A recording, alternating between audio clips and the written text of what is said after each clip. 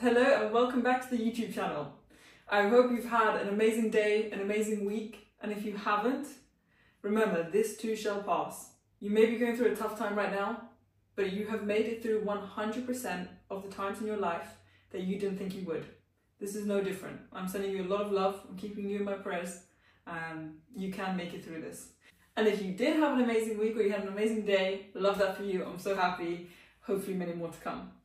So it's been a while since we've done a YouTube Q&A, so I thought now's a great time. I put a little question and answer box on Instagram, got loads of amazing questions. I apologise in advance if I didn't manage to get around to yours, but I'm sure we'll be doing more of these.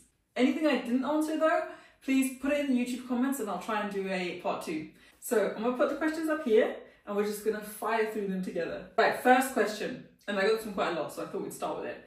What is your workout routine? So at the moment, I'm in the gym probably between 4 to 6 times, and that truly really varies from week to week. Let's just say this week just passed, I did 2 leg days, 2 upper body days, and 2 full body apocalypse sessions. Apocalypse session is basically just a way that I do cardio, where I'm effectively simulating the end of the world via an apocalypse. I like to think of zombies a lot. I picture things like getting chased, so I do sprints. I picture things like my friend getting injured, so I do heavy bag carries. I picture things like having to carry supplies, so I do heavy farmer's walks.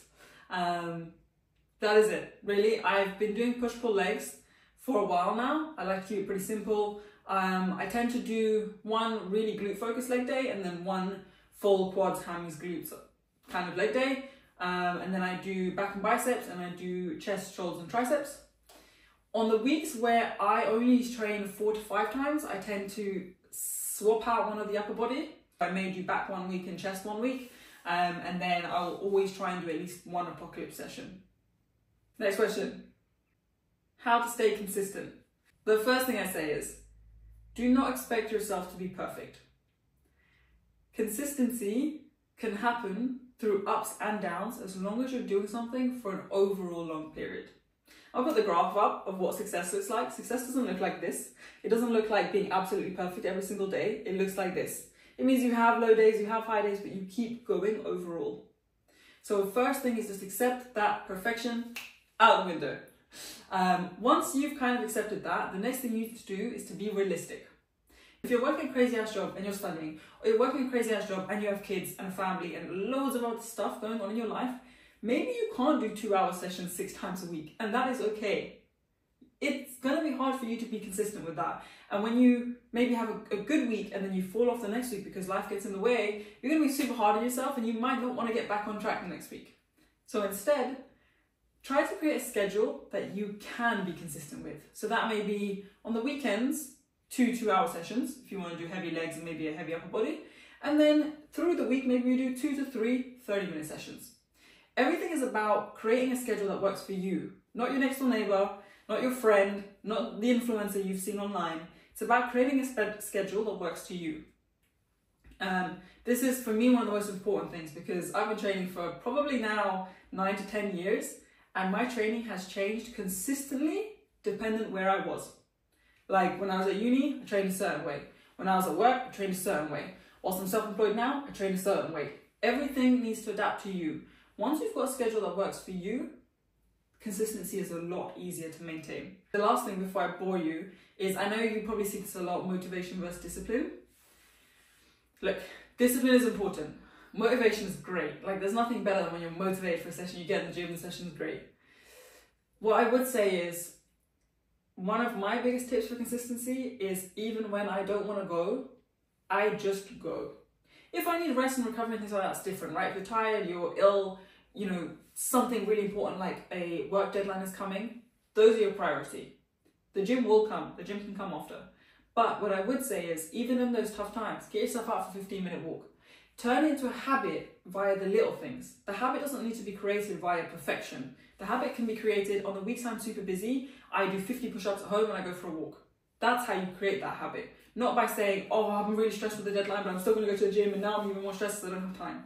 In my opinion, that's not how to create consistency. This is meant to add to your life, okay? So we want it to be I have a habit, I know I'm doing something. I know I'm doing something, whether it's just going for a walk, whether it's going for a 15-minute jog. I've done a 15-minute YouTube yoga class. I've done 50 push-ups and that's all I can do today. Then when the work schedule frees up, okay, great. Now I'm going to the gym. Now I have time again. It's about creating and working around, not expecting perfection of yourself, just expecting the habit to continue. Let me know if that made sense. That's kind of how I see things. I will try to phrase it a bit better next time, because I do get this question a lot, and I think a lot of you guys are really hard on yourself. And when you ask, like, how do you stay consistent? It's because a lot of the time you're expecting so much of yourself that, to be honest, maybe only full-time athletes are doing. So yeah, set your expectations in a realistic way, and then just ensure you're hitting some form of habit. Consistency will come. Next question. How do you manage to put on such a bright smile every time you post? This one, honestly, like really, again, made me smile.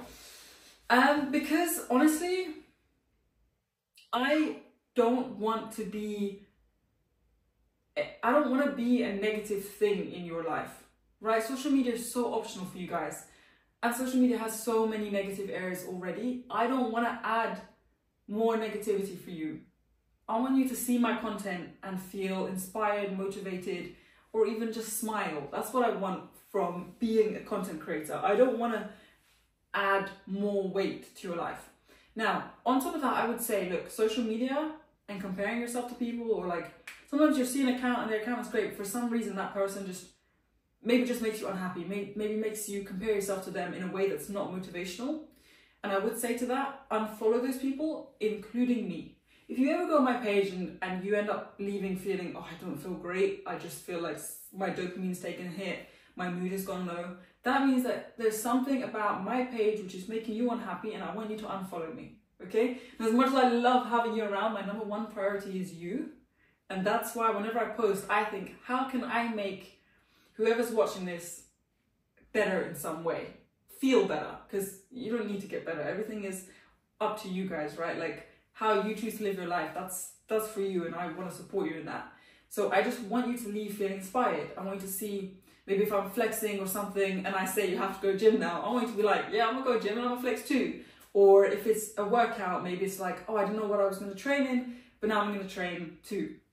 And honestly, whenever I think about you guys and the fact that I'm filming that for you, it just makes me smile. Okay, like it just makes me happy to think that there's a chance that one of you sees this and goes, hey, I'm gonna go to the gym today. And that makes me happy. I do also believe a smile is contagious, and I say that from experience. If I'm scrolling and someone's smiling at me, I'm gonna smile too. So again, I just hope that it makes you smile. That all being said, guys, we're all human. Humans go up and down. I've had my fair downs. I still have my fair downs. I guess the way that I deal with my downs is just maybe being a bit more quiet on social media. If I'm super busy or stressed or low, I don't feel like I'm the best person to give you guys motivation, inspiration, or help. I can share with you my anxiety tips. I can share with you things that make me feel better, which is why sometimes you'll see me share those and less smiley content. But I love you guys are just wanting to be happy, and I hope that one day this smile is contagious, particularly on the day when you're having a bad day. So I get this question a lot in general. How did you get so visual and defined abs? Now, I'm gonna be very honest with you. Abs, for me anyway, has been predominantly genetics. I have abs, my siblings have abs, my mum had abs growing up. I think it's just genetically, my family, especially the women, interestingly, we don't hold much fat in our upper body. Most of my fat is in my legs. My legs are not hugely defined. I mean, depending on the week, hormones change things a lot, by the way. I'm sure you may even be able to notice in my content. Some weeks I look cleaner than other weeks. Like some weeks I get messages being like, oh, you want to cut? And other weeks, not so much. And that for me is just literally week to week fluctuation. I do not look the same. But genetics for me is definitely number one. The second I would say is I'm now at a point where I have been training for a long time. So they have definitely got more defined over the years. And then the last thing I would say is my diet is pretty clean. And when I say pretty clean, it's more that I've trialed and errored so much with my food that I kind of know what makes me uncomfortably bloated and what doesn't. So I can eat and still kind of have abs. the top two are always there. My ribs are shaped in a way which just allows them to be more visible. So that's kind of it, really. And that's why I don't post too much on like how to get abs, and I hate that kind of content, if I'm honest. How to get abs in 2 weeks. It's not legit. Really, maybe 0.01% of people will finally get abs after that. Generally, yeah, it's a no-go. Abs is basically fat distribution and effectively a calorie deficit. What I want you to know though, having abs does not make you more worthy than not having abs. They are the same. If you are grafting, if you're training hard, some of the strongest and most well-trained people I know do not have visible abs, okay? Sometimes it's just not that feasible for certain people to have really visible abs. They can be really well-trained, but they can only get abs if they're on a super low-calorie diet, which just isn't great for them. So abs is not by any means the picture of health. It just really depends from person to person. You are perfect as you are, whether you have abs or not. I love both versions of you. So just bear that in mind, okay? What's your favorite time of the year? This is hard. I'm going to give you the most sucky answer because I like the warmth in summer, but I also like the coziness of winter. I love winter. The only thing I don't like about winter is how dark it gets. If we could have winter, like the cold, the coziness, the wrap up, but with more sunlight, that's my answer. How do you deal with negativity? I'm pretty sure you probably don't get any. You're awesome, I love you. Firstly, everyone on this planet gets negativity, because no matter what you believe in, someone will disagree. Okay? Humans, we're inherently very opinionated, and that is both one of our most amazing traits, but also can also cause a lot of harm in humans, especially sometimes our need to get our opinion out there. And you know, when I first started social media, I have quite a small circle of friends, so you know, I was used to having a small amount of opinions, really. So when I first started social media, I think I remember seeing comments and being like, that's kind of mean. And I guess now that I've been doing it for a while, I don't even really bear that much hatred towards someone who leaves me, even some really vile comments, to be honest. I think a lot of the time, my true and genuine response is, I hope they're okay. Like, life is tough. Life does stuff to people sometimes that brings out sides of them that probably they don't even like. And sometimes that they can't even really control. And that's not to say that they shouldn't be held accountable, they should. But at the same time, it does kind of help to just understand that life is tough. People deal with it in weird ways. People go about it in strange ways. And sometimes people just get hurt and are very unhappy and having a tough time. And that comes out in ways that they may even not be proud about, you know? I've met some very, very low people in my life. And sometimes their outlook is just very much influenced by how low they are. And even though they can become quite cruel, and maybe I wouldn't optionally become very close to this person being very cruel to you, I would say from afar, I get it, I understand it. Of course, I stand by if you can't say something nice, maybe don't say anything, but humans are humans, this is how we are. So the first thing I say is when I get negativity, my first thing is usually I just think, damn, life is tough. And probably you're not having the best time. And that sucks. And I wish you love. And if I had the power to, truly from the bottom of my heart, I would make your life change. I want you to be happy. I don't want you to be hateful. Even towards me, to anyone I see. Like, I don't want you to be a hateful person, because it's also not fun for you and it's not fun for other people. So that's usually my first answer. I try to be as empathetic as possible. I remember that everyone has their struggles. And I remember that ultimately them being negative towards you isn't really about you sometimes. And even if it is about you, that's okay. It's okay if someone really doesn't like your personality, or they really don't like your choices in life, or they really don't like the way you look. That's okay. Now what? They don't like them, they don't like them, they don't like them. What can we do? It is what it is. At the end of the day, and I talk about this a lot, you are the only person that is with yourself 100% of your life. And I say that because when you're walking home one day from a really tough day at work, and it's dark and it's cold, and it's Tuesday and you still have 3 more days to go, and you feel very alone, you're the only person there with yourself. When you're struggling to pay bills, or you're worrying about money, or you're worrying about an exam, or you just feel like you're about to explode in stress, the only person that is 100% there with you is you. So if you change yourself for someone and cause even more stress to yourself, they don't have to deal with it. They don't have to help you. They're definitely probably not helping you. They're not there for you when you're in those low moments. So although, you know, sometimes negativity maybe is constructive, which is a very different conversation, if it's not, it is what it is. You kind of just gotta let it go. I live by regret minimization, and when you're 80, what are you gonna regret? Sitting there and dwelling over someone's one mean comment? Probably. So instead, move on. Remember, you're a badass. Everything you do is with the best intentions. We make mistakes, it happens, but hey. What was the hardest part of your fitness journey? For me, when I left university, I started working in an investment bank in finance. Hours were just a lot longer than I'd experienced before. So I was working like 12-hour days. And before starting, I used to do Muay Thai boxing classes. At uni, I was doing like 2 a day for a while, just because I loved it and I just wanted to get better. When I started in the investment bank, I just couldn't make classes anymore. It wasn't the kind of job where, you know, you had a lunch break. We used to eat lunch at the desk. You couldn't really be off for more than 5-10 minutes without, you know, a meeting or something important. So I wouldn't really finish work until 6 or 7, and the classes were usually at 6:30, 7. So yeah, it just wasn't the kind of job where you really could make it to classes. So that was heartbreaking for me.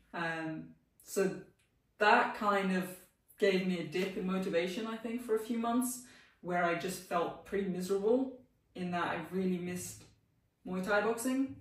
And that's when I really started looking at, okay, what else can I do? And initially it was like, oh, I don't like this. I don't know what I'm doing. I hate being a beginner. I feel like an idiot. Like I'd go into my gym and I'd be like, I just look so stupid. I have no idea what I'm doing. I've never done this before. I really wish I'd used YouTube and social media a bit more then, because I would have honestly just looked at sessions that others were using online. But for some reason I was just winging it, and it was that motivation level. But once that passed, I endured through it. And I love training the way I do now. So yeah, I think it was just realizing, for once, it's out of my control. It was realizing that I no longer could do what I truly wanted to do, and I had to adapt. So we're talking about the consistency thing. It's, you just need to keep the habit going. Even if stuff kicks you in the butt, you have to keep going in whatever way you can. Once you allow yourself to adapt consistently and be like water, everything else becomes a lot easier. What's your real big dream? This is tough. What's your real big dream? This is going to sound really cliche, but my number one answer is I want to help people. And yeah, it does sound pretty crazy. It does just sound like I'm probably being, you probably think I'm just being very fake, and that's absolutely fine if you are. I have to prove it to you through actions. Words are not going to prove anything to you. But my number one goal, long term, I really, really want to make an impact, a positive impact in the world of anxiety and depression. And I think fitness is my starting point, because, you know, there are so many benefits to fitness in both of those areas. It is of course not the only solution, and by no means the perfect solution, but that is my ultimate goal. I truly just want to help as many people as possible become happier versions of themselves, because, and I talk about this a lot, but life is tough. The mind can play some games on you, and I just want to find a way to do that. That is my life goal. So it is trial and error, of course, figuring it out until then. But you guys motivate me endlessly, and every single time you guys send me a message just saying, hey, you motivated me to go to the gym today and I was having a low day and it really helped. I can't explain how much that means to me. I can't explain how much that means to me, so thank you. And I'm truly sorry if I don't get back to you or reply to you. There's a strong chance I haven't seen it, or potentially I saw it and was not in a space to reply to you in a way that would encourage you, and then me and my ditz brain forgot to reply. So, but just know that I appreciate them so much, and I see it. I try and see almost every single tag you guys send me, you guys put me in. So yeah, it's to help people. We're gonna start via the fitness route. Hopefully, if I can make some money to use for research, and to educate myself on the brain and how we can interlink the two and stuff, that is the long-term goal. But yeah, it is just, that is my path. That is the path that is the only path in my life that has ever felt truly right. And believe me, I've tried a few. So that's the path. It's gonna be my life, hopefully. Can only pray, God willing. So yeah, that's the real big dream. What made you change to be stronger, and what can someone do to get like that? I'm a beginner. So I'm not sure, okay, so this question was amazing. I'm not sure if you mean physically or mentally, so I'll give you the rundown on both. Physically, it was training to discomfort, training to failure. Because I do remember having a lot of sessions where I trained, and I'm proud of myself for being there, especially on the days I didn't want to be, and as should you. Life is tough. I know I say this all the time, but life is tough. The fact that you got there, that's amazing in itself. But I think the one that really made me mentally tougher, and I now kind of look at like a David Goggins, I mean, he's obviously the goal, but I look at him and I see and I'm like, I understand what you mean, because he obviously pushes to extreme physical and mental difficulty, and I think the growth is there.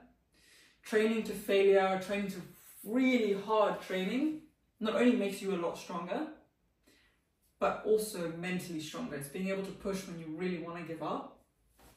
That for me is the number one thing that made me stronger. Believing in God, I'll be honest, helps a lot, because whenever I'm feeling weak,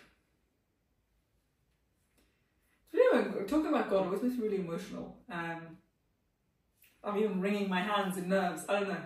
It's one of the only things, it's very personal to me.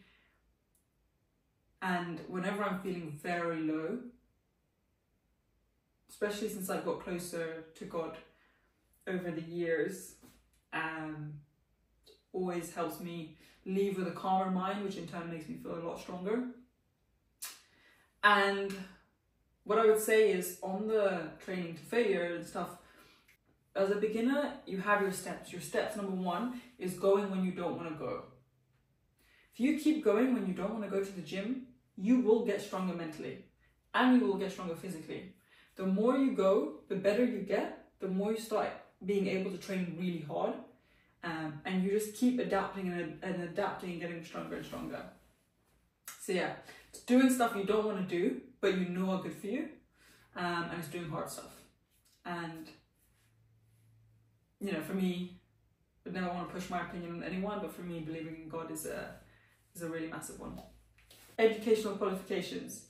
I studied maths and economics at university, so I have a bachelor's of science, and then after that I went into investment banking and I did finance for a while, like 6 years, and then took a massive career change, and now I am en route to getting my personal trainer qualification, because I know I can do programs and an app and stuff like that without, but nothing is more important to me than giving you guys the best that I can to my best ability to do.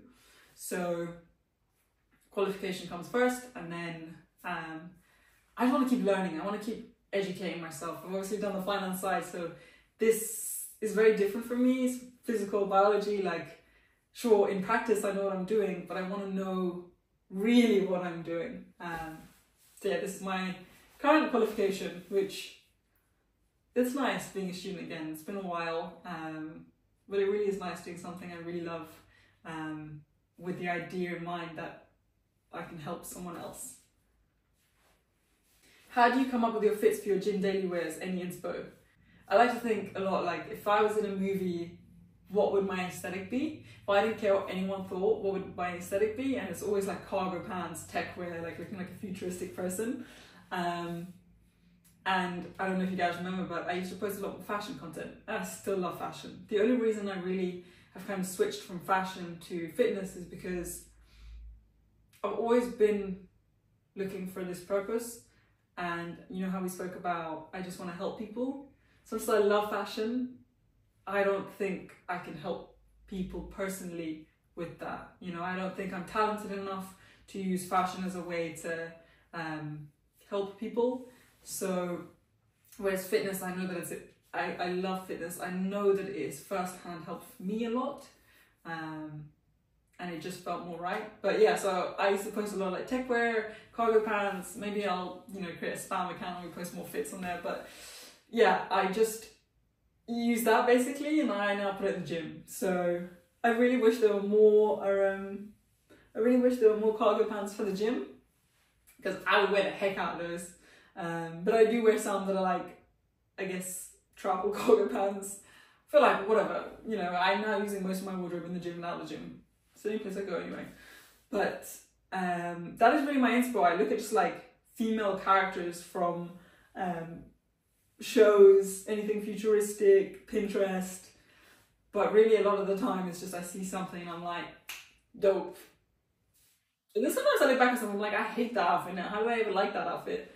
But I just think that's growth. You know, you're going to change. Who knows, maybe in a year's time I'm wearing something completely different. But right now, I love joggers. I feel super comfy in them. I like pretty like high neck crop tops.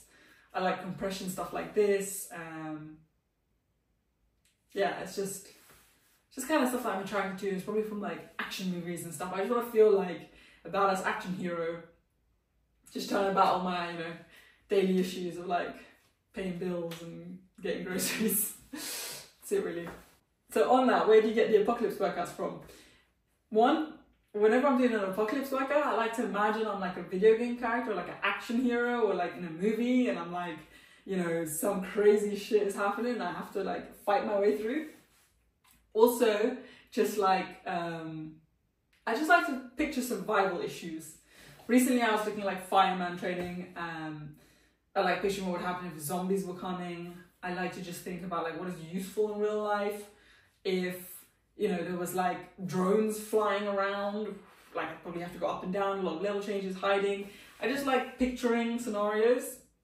You can probably find those from movies, games, books, any kind of crazy stuff. And I like thinking, now how can I take that into the gym? It's really fun. I'm not gonna lie, it's really fun. Like I've always found cardio a bit monotonous, but cardio like this is really fun. I dream one day of doing boot camps around the world and like, but making it proper, like having a proper experience, like sirens going and like some people in zombie costumes running at you, and like partner work where your friend is scenario dying, and just like on top of the fun stuff, I would also love to have like first aid sessions so you learn all of that stuff. I'd love martial arts, self-defense, all that kind of stuff. I just like picturing tough stuff.